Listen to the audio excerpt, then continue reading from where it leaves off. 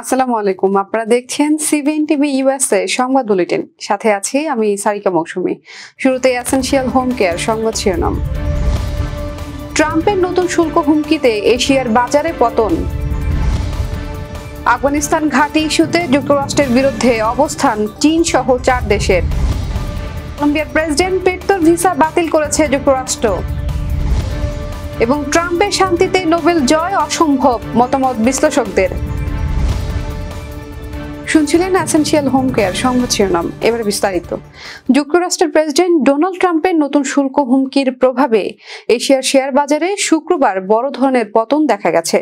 তার ঘোষিত নতুন শুল্কের আওতায় ওষুধ, বড় ট্রাক, হোম রিনোভেশন সামগ্রী ও আসবাবপত্র কড়া শুল্ক আরোপের কথা রয়েছে। বিশেষত ব্র্যান্ডেড বা প্যাটেন্টযুক্ত ওষুধে 100% শুল্ক আরোপ করা হবে যদি প্রতিষ্ঠানগুলো যুক্তরাষ্ট্রে তাদের উৎপাদন কেন্দ্র স্থাপন না করে। এই ঘোষণা এশিয়ার ফার্মাসিউটিক্যাল কোম্পানিগুলোর শেয়ারের দর কমিয়ে দিয়েছে। সাংহাই ফসুন 4% বেশি, দক্ষিণ কোরিয়ার ডেওং 3% বেশি লাল রঙে লেনদেন শেষ করেছে। এদিকে মার্কিন সুদের হারের ভবিষ্যৎ নিয়ে অনিশ্চয়তা এবং কংগ্রেসে অর্থায়ন বিল নিয়ে চলমান অচল অবস্থা বিনিয়োগকারীদের উদ্বিগ্ন করেছে। ফলে Tokyo, Hong Kong, Shanghai, Seoul, Sydney, Taipei ও ম্যানিলার বাজারে পতন লক্ষ্য করা গেছে। শুধুমাত্র সিঙ্গাপুর ও জাকার্তায় সামান্য বৃদ্ধি দেখা গেছে। বিশ্লেষকরা বলছেন, বাজারের এই প্রতিক্রিয়া একদিকে ট্রাম্পের শুল্ক নীতি এবং অন্যদিকে মার্কিন সরকারের ব্যয়ের অচল অবস্থার প্রভাব মিলিত ফলাফল। শাটডাউনের সম্ভাবনা জোরদার হওয়ায় বিনিয়োগকারীরা সতর্ক। যুদ্ধ বিধ্বস্ত আফগানিস্তানের বিদেশি সামরিক ঘাঁটি পুনঃপ্রতিষ্ঠার প্রচেষ্টা নিয়ে চীন, রাশিয়া, ইরান ও পাকিস্তান বিরোধিতা জানিয়েছে। শুক্রবার চীনের পররাষ্ট্র মন্ত্রণালয়ের বরাতে আনাদুলু সংবাদ সংস্থা এ তথ্য প্রকাশ করেন। 4 দেশের কূটনীতিক গত বৃহস্পতিবার আফগানিস্তান ইস্যুতে একটি অনানুষ্ঠানিক বৈঠক করেন। বৈঠকে আফগানিস্তানের সার্বভৌমত্ব, স্বাধীনতা ও ভৌগোলিক অখণ্ডতার প্রতি শ্রদ্ধা জানানো হয়। পাশাপাশি দেশগুলো স্পষ্টভাবে জানিয়েছে, আফগানিস্তানে বা পার্শ্ববর্তী অঞ্চলে কোনো বিদেশি সামরিক ঘাঁটি পুনঃপ্রতিষ্ঠার উদ্যোগ গ্রহণ করা যাবে না। বৈঠকে উপস্থিত ছিলেন রাশিয়ার পররাষ্ট্রমন্ত্রী সের্গেই লাভরভ, ইরানের পররাষ্ট্রমন্ত্রী সাইয়েদ আব্বাস আরঘাচি, চীনের আফগানিস্তান বিষয়ক বিশেষ দূত ইউইংয়ে শিয়াংওয়াং এবং পাকিস্তানের জ্যেষ্ঠ কূটনৈতিক ওমের সিদ্দিক। চীনা দূত ইউইংয়ে শিয়াংওয়াং সামাজিক মাধ্যমে বৈঠকের ছবি শেয়ার করেছেন। যুক্তরাষ্ট্রের পররাষ্ট্র দপ্তর কলম্বিয়ার প্রেসিডেন্ট গুস্তাভো পেট্রোর ভিসা বাতিলের ঘোষণা দিয়েছে। যুক্তরাষ্ট্রের দপ্তর শুক্রবার স্থানীয় সময় রাত 10টায় জানিয়েছে, পেট্রোর বেপরোয়া এবং উস্কানিমূলক কর্মকাণ্ডের জন্য এই পদক্ষেপ নেওয়া হয়েছে। মার্কিন পররাষ্ট্র দপ্তরের এক পোস্টে বলা হয়েছে, পেট্রো নিউ ইয়র্কের রাস্তায় দাঁড়িয়ে মার্কিন সেনাদের প্রতি আদেশ অমান্য করার আহ্বান জানিয়েছেন এবং সহিংসতা উস্কে দেওয়ার চেষ্টা করেছেন। এজন্য তার ভিসা বাতিল করা হয়েছে। সামাজিক মাধ্যমে ছড়িয়ে পড়া ভিডিওতে দেখা যায়, পেট্রো শুক্রবার নিউ ইয়র্কের জাতিসংঘের সদর দপ্তরের বাইরে ফিলিস্তিনিপন্থী বিক্ষোভে অংশ নিয়েছেন এবং বক্তৃতা দিয়েছেন। তিনি বলছেন, মার্কিন সেনারা জনগণের দিকে বন্দুক তাক না করুন, ট্রাম্পের আদেশ অমান্য করুন এবং মানবতার আদেশ মেনে চলুন। মার্কিন প্রেসিডেন্ট ডোনাল্ড ট্রাম্পকে শান্তিতে নোবেল পুরস্কারের সম্ভাবনা নিয়ে আন্তর্জাতিক মহলে আলোচনা থাকলেও বিশ্লেষকরা মনে করছেন, বাস্তবে তার জেতার সুযোগ প্রায় নেই। গাজায় ইসরায়েলি আগ্রাসনের প্রতি তার সমর্থন, ইউক্রেন যুদ্ধ হস্তক্ষেপ না করা এবং বৈশ্বিক বাণিজ্য শুল্ক যুদ্ধের মতো কর্মকাণ্ড নোবেলের মূল শান্তির দর্শনের সঙ্গে সাংঘর্ষিক। বিশেষজ্ঞরা বলছেন, ট্রাম্প নিজেকে নোবেল জয়ী দাবি করলেও তার সাম্প্রতিক কর্মকাণ্ড আন্তর্জাতিক শৃঙ্খলা নষ্ট করেছে।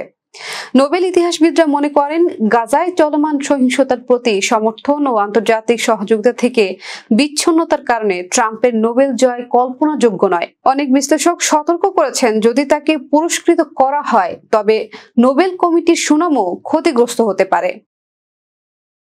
এবার কর্ণফুলী ইনকাম ট্যাক্স সংবাদ শিরোনাম। নিউ ইয়র্কে ডক্টর ইউনূসকে স্বাগত জানিয়ে বিএনপির শান্তি সমাবেশ। ডক্টর ইউনূসের অন্তর্বর্তী সরকারের প্রতি বিশ্ব নেতাদের অকুণ্ঠ সমর্থন।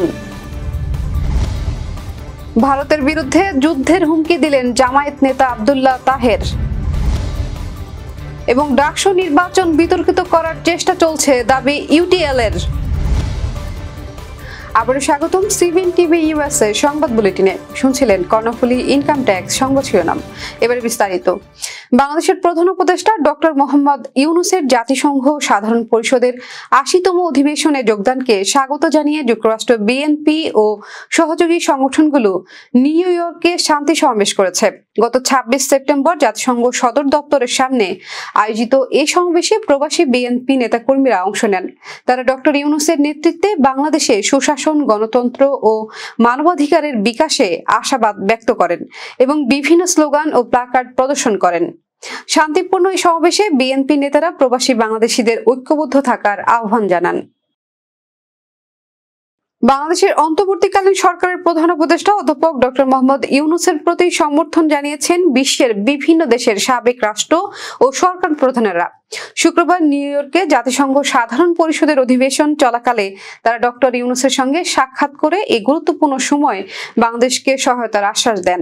লাটভিয়ার সাবেক প্রেসিডেন্ট ও নিজামী গাঞ্জাভি ইন্টারন্যাশনাল সেন্টারের সহসভাপতি ভাইরা ভিকে ফেইবার্গার নেতৃত্বে উচ্চ পর্যায়ের প্রতিনিধি দলটি হোটেল সুটে প্রধান উপদেষ্টার সঙ্গে বৈঠক করেন। দলে ছিলেন Slovenia, Serbia, Latvia, Greece, Bulgaria, Croatia, Bosnia ও হার্জেগোভিনা, মরিশাস সহ বিভিন্ন দেশের সাবেক প্রেসিডেন্ট ও প্রধানমন্ত্রী। এছাড়া উপস্থিত ছিলেন ইউরোপীয় কাউন্সিলের সাবেক প্রেসিডেন্ট চার্লস মিশেল, কমনওয়েলথের সাবেক মহাসচিব, জাতিসংঘ সাধারণ পরিষদের সাবেক সভাপতি, বিভিন্ন আন্তর্জাতিক সংস্থার প্রতিনিধিরা এবং Robert F Kandy, human rights এর প্রেসিডেন্ট কেরি কেন্ডি। বক্তারা অধ্যাপক ইউনূসের দারিদ্র্য বিমোচন ও সামাজিক ন্যায় বিচারে আজীবন অবদানের প্রশংসা করেন। তারা বলেন, আমরা এখানে এসেছি আপনাকে ও বাংলাদেশের মানুষকে সমর্থন দিতে। আমরা আপনার পাশে আছি। বাংলাদেশ জামায়াতে ইসলামীর নায়েবে আমির ডক্টর সৈয়দ আব্দুল্লাহ মোহাম্মদ তাহের বলেছেন, দেশের স্বাধীনতা ও সার্বভৌমত্ব রক্ষায় আপোষ করা হবে না। তার দাবি, সুযোগ এলে অন্তত ৫০ লাখ যুবক ভারতের বিরুদ্ধে যুদ্ধ করবে। শনিবার যুক্তরাষ্ট্রের নিউ ইয়র্কে বাংলাদেশ আমেরিকান অ্যাসোসিয়েশনের উদ্যোগে আয়োজিত গণসংবর্ধনা অনুষ্ঠানে এসব কথা বলেন তিনি। আব্দুল্লাহ তাহের বলেন, আমাদের উপর ১৯৭১ সালের যে বদনাম চাপানো হয়েছিল, সুযোগ এলে তা মুছে যাবে। আমরা তখন প্রকৃত স্বাধীনতার যোদ্ধা হিসেবে প্রমাণ করার সুযোগ পাব। যুবকদের একাংশ গেরিলা যুদ্ধে অংশ নিবে, অন্যরা বিস্তৃত অঞ্চলে স্বাধীনতার যুদ্ধ শুরু করবে। তিনি আরো বলেন, আওয়ামী লীগ বা অন্যান্য বড় রাজনৈতিক দল ভারতের বিরুদ্ধে লড়বে না, তবে জামায়াত সংগঠিত শক্তি হিসেবে লড়াইয়ে নামবে। তখন আমরা হব খাঁটি মুক্তিযোদ্ধা, বলেন তাহের। জাকাতের অর্থনৈতিক ব্যবহার প্রসঙ্গেও বক্তব্য রাখেন জামায়াত নেতা। তার দাবি, অফিসিয়ালি জাকাত আদায় হলে ৩ থেকে ৪ বছরের মধ্যে বাংলাদেশ থেকে দারিদ্র্য বিমোচন সম্ভব। শুধু তাই নয়, মুসলিম বিশ্বের যেসব দেশে বিপুল পরিমাণ জাকাত আদায় হয় তা বাংলাদেশে আনার উদ্যোগ নিলে বড় অঙ্কের তহবিল গড়ে উঠবে। ঢাকা বিশ্ববিদ্যালয়ের কেন্দ্রীয় ছাত্র সংসদ ডাকসু নির্বাচন নিয়ে নতুন করে বিতর্ক সৃষ্টি হয়েছে। তবে নির্বাচনকে প্রশ্নবিদ্ধ করার চেষ্টা চলছে বলে দাবি করছে শিক্ষক সংগঠন ইউনিভার্সিটি টিচার্স লিংক ইউটিএল। আজ শনিবার বিকেলে ডাকসু ভবনের সামনে আয়োজিত এক সংবাদ সম্মেলনে ইউটিএল এর আহ্বায়ক অধ্যাপক মোহাম্মদ আতাউর রহমান বিশ্বাস লিখিত বক্তব্যে বলেন, নির্বাচন শেষ হওয়ার ২ সপ্তাহ পর কিছু ছাত্র সংগঠন ও শিক্ষক ফোরাম পরিকল্পিতভাবে নির্বাচন নিয়ে বিতর্ক তৈরির চেষ্টা করছেন। ইউটিএল এর পক্ষ থেকে বলা হয়, এই উদ্যোগ ৪০,০০০ শিক্ষার্থীর স্বাধীন রায়কে অসম্মান করার নামান্তর এবং এটি গণতান্ত্রিক প্রক্রিয়াকে প্রশ্নবিদ্ধ করার চেষ্টাও বটে। সংগঠনটি ৩ দফা দাবি তুলে ধরে সামগ্রিক পরিস্থিতি বিবেচনার আহ্বান জানায়। ইউটিএল মনে করে শিক্ষার্থীরা ভয়ভীতিহীন পরিবেশে অংশগ্রহণ করেছে এবং তাদের রায় একদলীয় মানসিকতা ও প্রোপাগান্ডার বিরুদ্ধে স্পষ্ট বার্তা বহন করে। বিদ্যালয় প্রশাসন এবং নির্বাচন কমিশনারকে আমি বলেছি, এরপরও যদি সেখানে কোনো ব্যত্যয় ঘটে, আমি তো পর্যবেক্ষণ ৮টি সেন্টার সেদিন করেছিলাম, ওইখানে সন্ধ্যা পর্যন্ত বা পরবর্তী সময় কোনো অভিযোগ এসছে কিনা আমি জানি না। এরপরও যদি কোনো অভিযোগ থাকে, সেই সিসিটিভি আমরা তো সংরক্ষিত রাখা, ব্যালট পেপার ৩ মাসের জন্য সংরক্ষিত রাখা, এই সমস্ত দাবি 9টি দাবি আমি দিয়েছিলাম। সেগুলো বিশ্ববিদ্যালয় কর্তৃপক্ষ বাইরে নির্বাচন কমিশনার যে নির্বাচন পরিচালনা করেন, ওনাদের দায়িত্ব এটি। ওনারা এই দায়িত্বটি ঠিকভাবে পালন করেছেন কিনা, এইখানে কোনো গাফলতি হয়েছে কিনা, এটি নির্বাচন কমিশনার খতিয়ে দেখবে।